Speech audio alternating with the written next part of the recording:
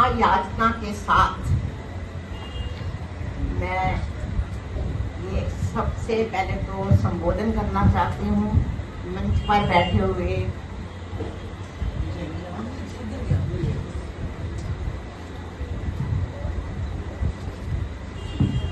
हमारे विद्वान और पिंपरी और खड़की से आए हुए हमारे अतिथि।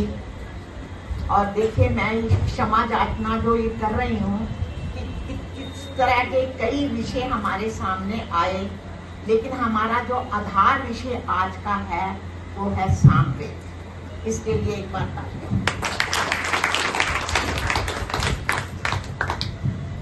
अब ये सामवेद कि आज हमने पूर्ण आहुति की और ये देखिए, ये हमारा सौभाग्य है कि सामवेद के मंत्रों का अपनी बहनों के साथ पूरा यज्ञ जो है हमने हर रविवार को आहुतियों के साथ इसकी आहुतियां देकर इसको आज हमने पारायण यज्ञ के रूप में पूर्ण किया है। और हमारी समाज जो है वो वायुमंडल समाज का सुगंधित हो गया है, क्योंकि ऋषि का आदेश था कि इससे वायुमंडल शुद्ध होता है।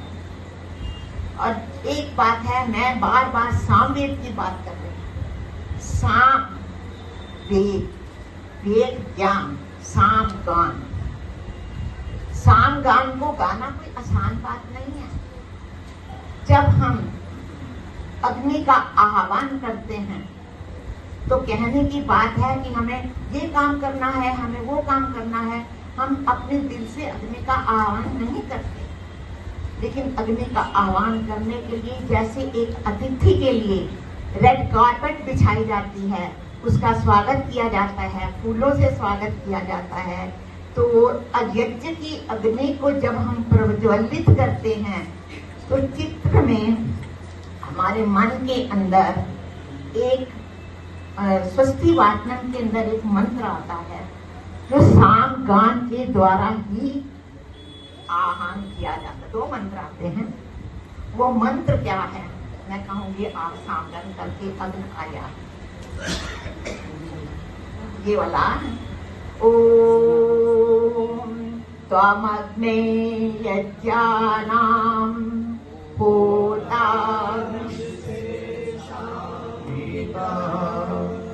देवे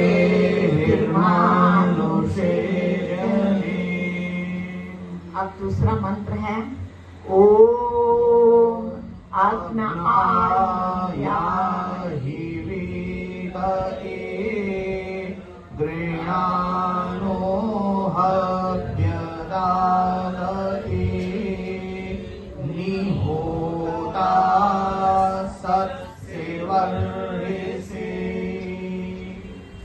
कहने को ये हम गान करते हैं। अब ये साम गान हमें क्या प्रभावित करता है? हम जानते हैं कि आकाश गंगा में ग्रह, सितारे और हमारे नक्षत्र हैं। नक्षत्र अपनी अपनी जगह पे अपनी दूरी पर चल रहे हैं। क्या मन में कभी विचार आया है कि इनका प्रभाव पृथ्वी पर क्या पड़ता है?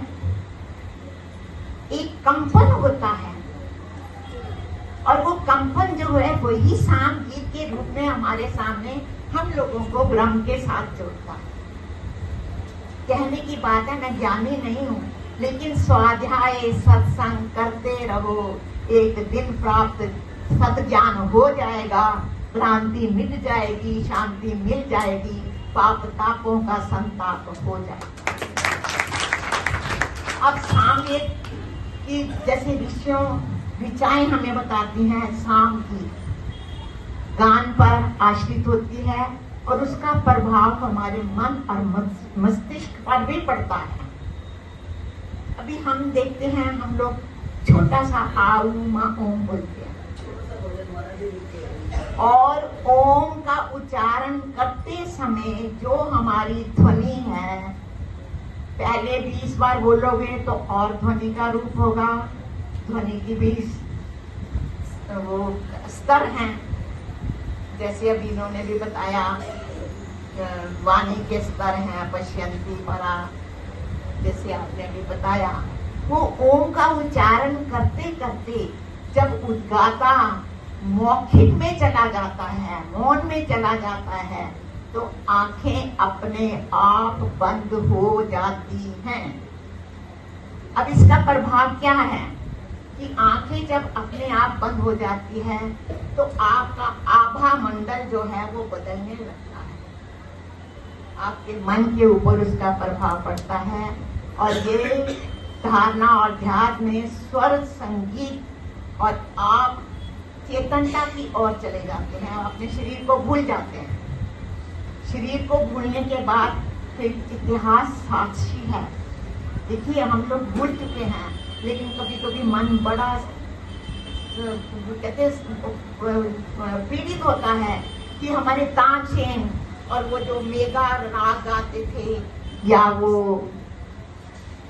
मेगा राग, ये वाला दूसरे राग होते थे ना, राग भैरवी, और इस तरह से दीपक राग, मतलब वो अपने राग के द्वारा उनको प्रज्वलित करते थे। तो इसी तरह से ये वेद कोई छोटा नहीं है, ये ज्ञान का वेद, अंतर आत्मा को ब्रह्म के साथ जोड़ने का वेद है। अब बात ये आती है कि संगीत के 4-7 स्वर हैं। हम आज अपने आप को बड़े घमंड के साथ कहते हैं कि हम भारत की सबसे पुरानी संस्कृति हैं। सारे गामा पाधा नी, सा दोबारा रिपीट होता है। अब ये जो सा रे गा मा है, ये पूरी प्रकृति के साथ जुड़ा हुआ है। सा मयूर की प्रकृति का है, रे जातक की प्रकृति का है, और गा बकरे की बकर बकर का है, माँ क्रोध पक्षी की पुकार का है, पा कोयल की डाल का है, और छठा ये जो है भी घोड़े की हिनहिनाहट का है, और नी हाथी की गर्जना का है। और ये साम गान का अध्यात्म का दरवाजा खुलता है इसी संगीत के द्वारा। यहाँ जो संगीतज्ञ है, मैं उनको नतमस्तक हूँ। वो कुछ करे ना करे, लेकिन अपने जो प्रयास के द्वारा जो एक क्रिया करते हैं, अपना गान गाते हैं, वो आगे तो परमात्मा के साथ जुड़े ही होते हैं। अब ध्वनि के माध्यम से देखा जाता है। अब ओम को तो हमने अपने मुख से बोला। आप अगर देखते हो, एक कटोरा आता है तो कई धातुओं को मिलके बनाया जाता है, और उसके आसपास अगर आप वो एक लकड़ी का जो डंडी सी होती है उसको घुमाते हो तो वो एक आवाज देता है। आप नहीं बोल रहे, ये प्रकृति बोल रही है, जिसको कहते हैं ना, वो आवाज जैसे जैसे करोगे ऐसी आवाज गूंजना होगी। ये आवाज यहाँ से होती होती ब्रह्मांड की तरफ चली जाएगी। और क्यों कहते हैं वेद का पढ़ना और पढ़ाना परम धर्म कहलाता है, सुनना और सुनाना भी कर्तव्य बताया जाता है। वेद ही असली दौलत है दुनिया के इंसान की, इसी से मिलती सब सामग्री जीवन के कल्याण।